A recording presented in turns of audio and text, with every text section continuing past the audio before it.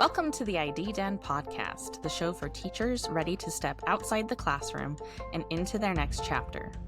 I'm your host, Charity Bosch, and I know firsthand how overwhelming it can feel to leave teaching behind. Whether you're exploring instructional design, navigating corporate culture, or just figuring out your first steps, this show is your roadmap. Each episode will tackle the real challenges, share practical strategies, and prove that your teaching skills are exactly what the world needs, just in a different setting. Let's turn that classroom expertise into your career advantage.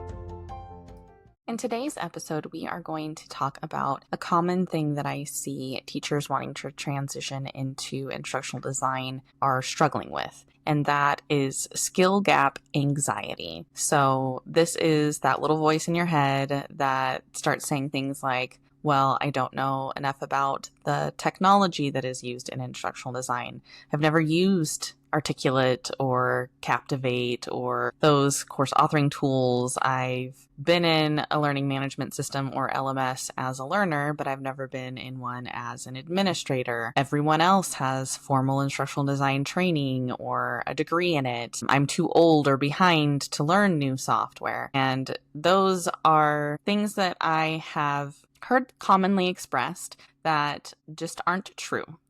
And there's reasons why this anxiety in particular hits teachers hard. And that is because you are used to being the expert in the room. You are always the expert of the content. You're the one up there teaching the students. And when you come across something that you are not an expert in, that can be very challenging. The confidence that you have from your classroom experience doesn't always translate immediately. We talk sometimes about that imposter syndrome, and I can devote an entire episode on that alone because it's a big thing. But that imposter syndrome can kick in before you even get started. And a lot of times I see this beginning to happen when teachers are comparing themselves to online portfolios that they've seen or things that they've seen in different areas, whether that's a full-blown course that they're taking in their own professional development, whether that's an instructional designer that they've come across and they've looked at their portfolio. There's different ways that you can be exposed to these things, but that's where I see it come into play a lot, because then the comparison game kicks in and you start comparing yourself and where you're at to these people that have likely had more experience than you, or at least more practice than you. Some of these people might not have even had a job yet, but they've had exposure to the software. They've had the ability to practice and create a portfolio to begin with. And that is something that I see happen a lot, especially because the technology can feel daunting. It can feel like, oh my gosh, I have to learn this whole new platform. When in reality, a lot of these technology are not all that complicated. They might look like it because you've never been in it, but that's not necessarily the case. So I'm here to provide a reality check for you for what you actually need. Entry-level positions, which are the ones that you'll most likely be applying for. You're not going to go for a chief learning officer at an organization right away. You're going to be applying for those more entry-level roles. They're going to expect a training period. When I was a hiring manager and I hired the instructional designer, I purposely wanted someone who could hit the ground running, and it wasn't an entry-level position. It was a more advanced position and paid more, albeit. But when I hired a curriculum developer, I expected entry-level. I expected to have to do some training myself, but also for there to be just a general training period because this individual had never been in these tools, had never been in these systems, but I expected that and the pay matched. The companies are going to invest in tool training for new hires, at least if they're a good one. If they expect you to kind of just wing it or figure it out on your own, that can be done, but it's going to be a lot more challenging. In most cases, there's going to be tool training provided by the organization. Again, when I hired that curriculum developer, I spent time training her on the tools, partnering her with the instructional designer who was more experienced in them, and I had her do smaller projects within the organization so that she could spend the time learning and spend the time practicing. This learning mindset that educators naturally have is going to be more valuable than any tool mastery,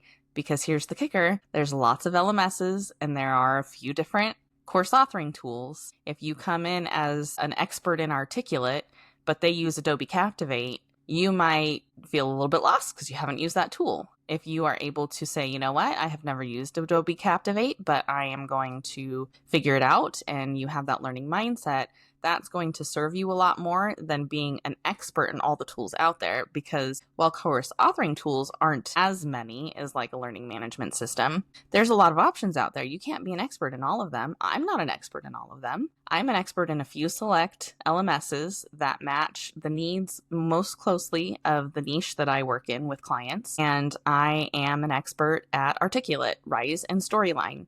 Adobe Captivate, I've used it a couple times, but it's not my favorite, and I'm not an expert in it. iSpring, I've used a couple times, but it's not my favorite, and I'm not an expert in it. My expertise is Articulate, and I use Articulate myself mostly.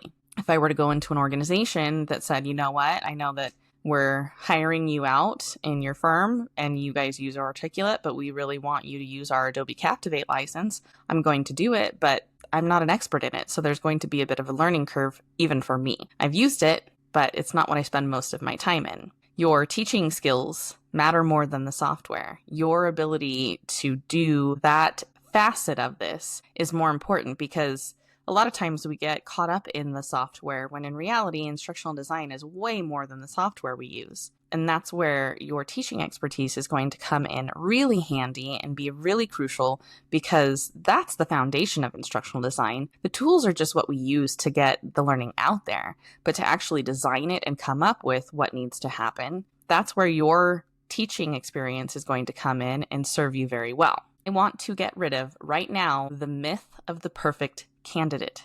There isn't one, ever. I'm never a perfect candidate if I were to be applying for roles and when I've applied for roles in the past. Most job postings are wish lists, not requirements, which is where you skip down to the requirements where they say this is our non-negotiable, and you see if you're going to meet those. However, the asterisk is still, you might not meet all of those. That doesn't mean you don't apply for the job. Most of the fluff within a job posting is going to be that's what they ideally would like. Down in the requirements, they're saying this is really what we are needing and wanting.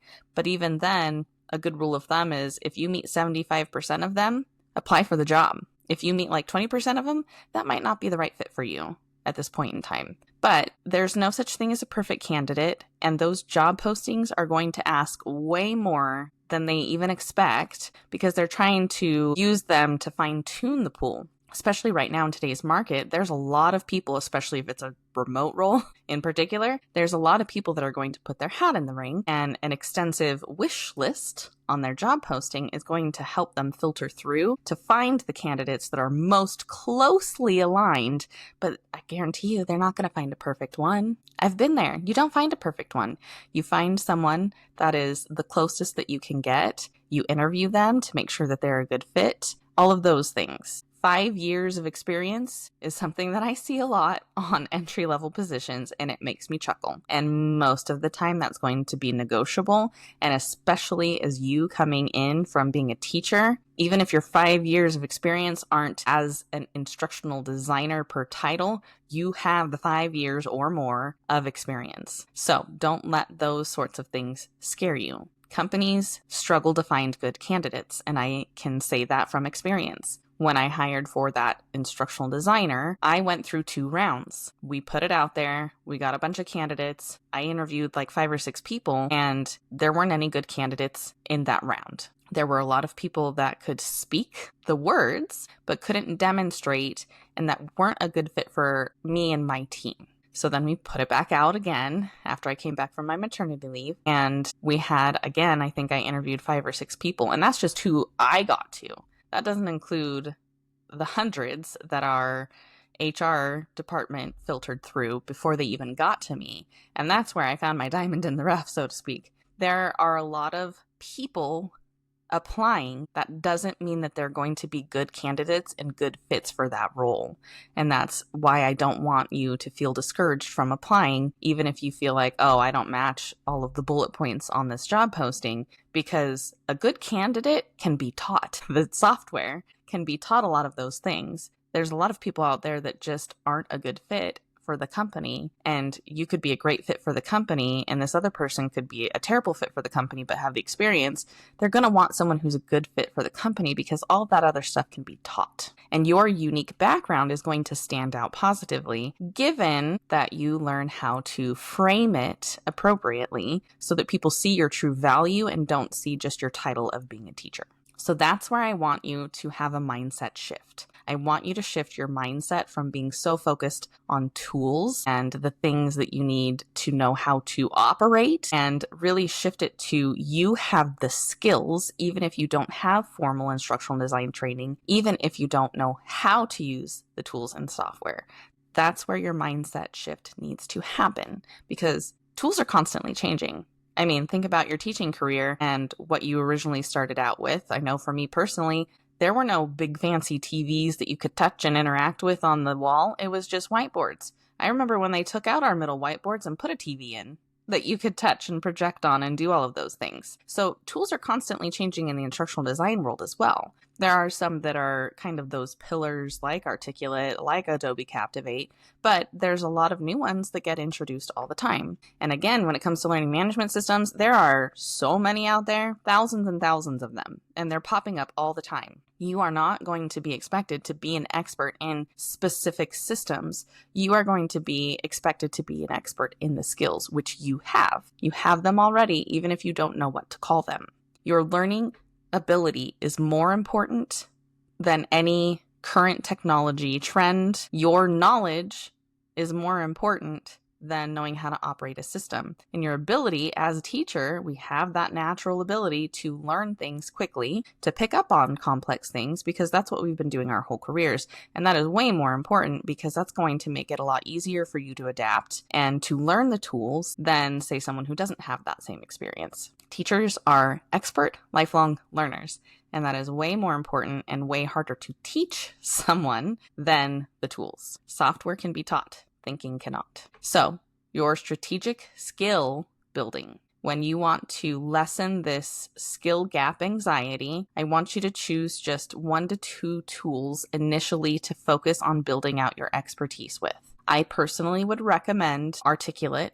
They have 2 different kind of facets when it comes to tools. They have Articulate Rise, which is their quick authoring tool. And then they have Storyline, which is more complex. So Rise is their rapid authoring tool. Storyline is, think of it kind of like a PowerPoint. It's a blank slate. Whereas Rise has templates. It has more of a plug and play capacity. I really like Articulate. I have tried Adobe Captivate. I have tried iSpring. I have tried Domino. I've tried a lot out there. And I think Articulate, Storyline, and Rise are A, the most commonly known and used by most organizations. And B, I think they're a lot easy to learn. So get those down. It's easier to pick up the other ones, but those are going to be initially the things to focus on. And that suite, Articulate, is going to provide free trials. Do not sign up for them until you've done the foundational work to build out the courses, but it's nice because then you can sign up for a free trial. You can build your e-learning so that you can utilize those things within a portfolio. There's a lot of simple projects that you can practice. Rise particularly has a lot of templates or pre-built courses, like full-blown courses that you could go in and kind of take a look at how they've been built out by expert instructional designers that Articulate hired, and take a look at those as kind of like your ideation phase. And then you can build out items for your portfolio. When you think of your portfolio, I want you to think quality over quantity. It is way more important to me as a hiring manager to see 2 or 3 high quality pieces versus 7 to 10 low quality pieces. And that is where I ended up hiring who I hired, because she had a portfolio that wasn't pages long, but was really good. And that allowed me to see the skills that she had. And again, instructional design is so much more than an e-learning course. There's so much that happens in it before you even get into the course authoring tool. So it's also a good idea to have those items as part of your portfolio. And those are the Word. PowerPoint. Like, you don't need a course authoring tool for those components. And those components are also, if you're applying for like a corporate job, it's not important for me as like trying to get clients. Clients want to see the outcome. They don't care about the process. A hiring manager is going to care about your process. And so if that's what you're going for, then you want to make sure that you have those pieces built in as well. And you don't need any sort of fancy tool to do that.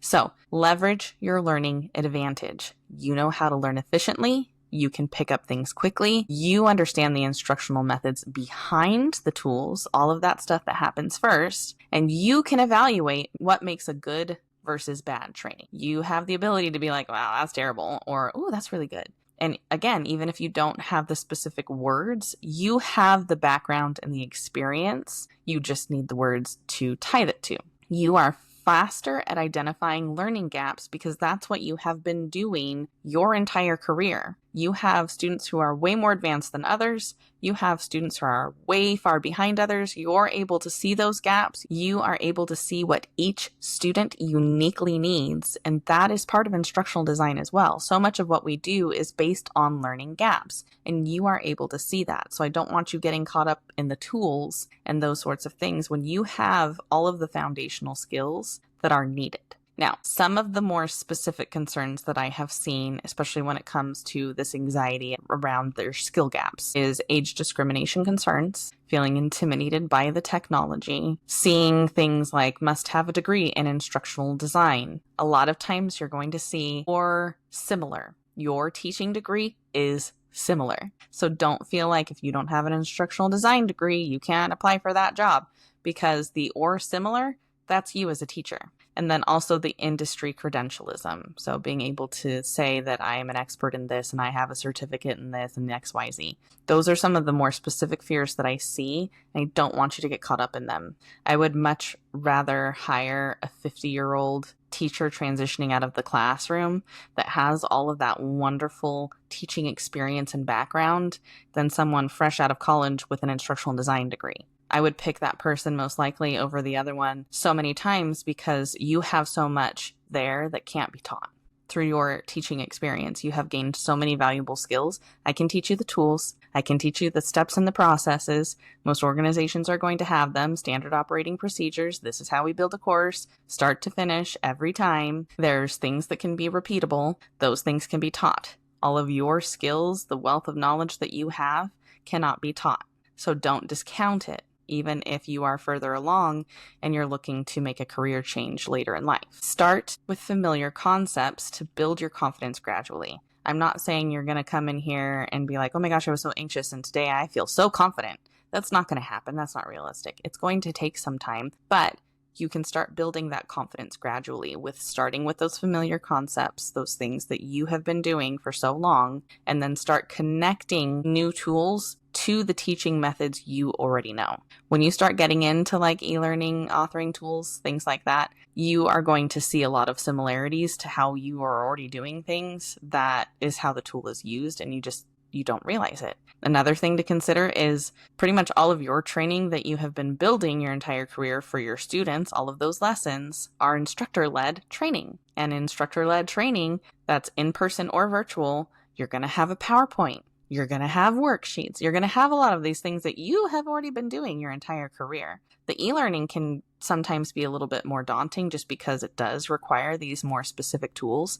But when it comes to instructor-led training, you've been doing that for years. And then make sure that you're celebrating your small wins. It's easy to kind of get ahead of yourself and feel like, oh gosh, I'm not making any progress, or I haven't built out my portfolio yet. Celebrate your small wins. Celebrate mindset shifts. Celebrate starting a tutorial, starting a free trial, starting a course. Those things are huge things that are going to get you to where you're trying to go, and they shouldn't be discounted because every small step builds to the end goal, and every small win should be celebrated. Make sure that you're joining communities of career changers. ID10 is meant to be a community. So within our Instagram, that's where we are trying to foster a community of people who are in the same boat, who can connect with each other. We are launching other opportunities for this as well. LinkedIn is going to be huge for you to navigate. I could do an entire podcast episode on LinkedIn, probably more than one. And there are a lot of communities there, a lot of groups that have been made for transitioning teachers. Start getting plugged into those places because they are going to be a huge asset for you. Anxiety isn't always bad either. We have a lot of, you think about productive struggle in learning, kind of the same thing. There's productive anxiety, right? That anxiety is going to help keep you motivated to continue going, to continue learning. That's a healthy motivation, right? We think about sometimes students get frustrated, and it's not a bad frustration that we're trying to alleviate. It's a healthy frustration. It's the same thing in this process for you. It's a healthy motivation to keep you going. It also helps prevent overconfidence, which I have interviewed my fair share of people who are overconfident compared to their skills. You don't want to come in overconfident because you're going to get dismissed pretty quickly. You want to come in appropriately confident, and so that anxiety is going to kind of help keep that in check so that you don't start becoming overconfident and coming in hot, and then you're missing opportunities because it's like, oh, well, they're overconfident compared to their skills. I'm not going to hire them. You want to come in a little bit more humble. And so that anxiety is going to help prevent that overconfidence. It's also going to drive you to prepare and research. I can tell when a candidate has prepared for the interview versus one who's just coming in and winging it. And I have experienced plenty of both. That anxiety that you have is going to make sure a lot of times teachers are high achievers, and a lot of times teachers have high functioning anxiety anyways. So it's going to help you prepare and research, even if it's uncomfortable. It's going to provide that drive for you. And then it also shows that you care about the quality of your work. That anxiety is going to show that side of things. When you come in overconfident, when you come in without any anxiety, without any sort of fear, it's normal to have all of those things. Interviews are scary and it's uncomfortable and it's unfamiliar a lot of times, especially when you're transitioning and the interview looks much different than when you're interviewing for a teaching job. But that shows that you care. When I have had candidates that come in overconfident and they're too high of ego, I guess you could say, then it shuts me down because I feel like, you think you're too good for this, essentially, or that you would be a gift to me on my team. And I'm not looking for a gift to me. I'm looking for a team player. And so that anxiety is going to help keep all of those things in check so that it comes across accurately how much you actually care about the quality of your work and what you're doing. And teachers care about what they're doing. You have to. If you're a teacher that doesn't care about what you're doing, it shows up. Your students can see that. Your parents can see that. Your administration can see that. It's the same thing in the corporate environment. If you are showing up where you don't care or you're overconfident, then that's going to be able to be seen. So hopefully that helps a little bit with this skill gap anxiety and helps you in overcoming it. Make sure that you subscribe wherever you listen to podcasts to continue getting these tips and these tangible things that you can take away and start implementing. Make sure that you share this with your teacher friends who are also considering change as a resource for them in their journey. And connect with me on Instagram at the ID Den. Your anxiety proves that you're taking this seriously. Every expert was once a beginner. I don't want you to get too stressed over what you don't know. Focus instead on what you do know and building skills in what you don't know. When you're applying for these entry-level positions, you're not going to be expected to hit the ground running. You're going to be expected to have some time learning, and that's a wonderful thing to be provided. And speaking from experience, it's a wonderful change of pace from teaching. So take it one step at a time and make sure that you're celebrating those small wins.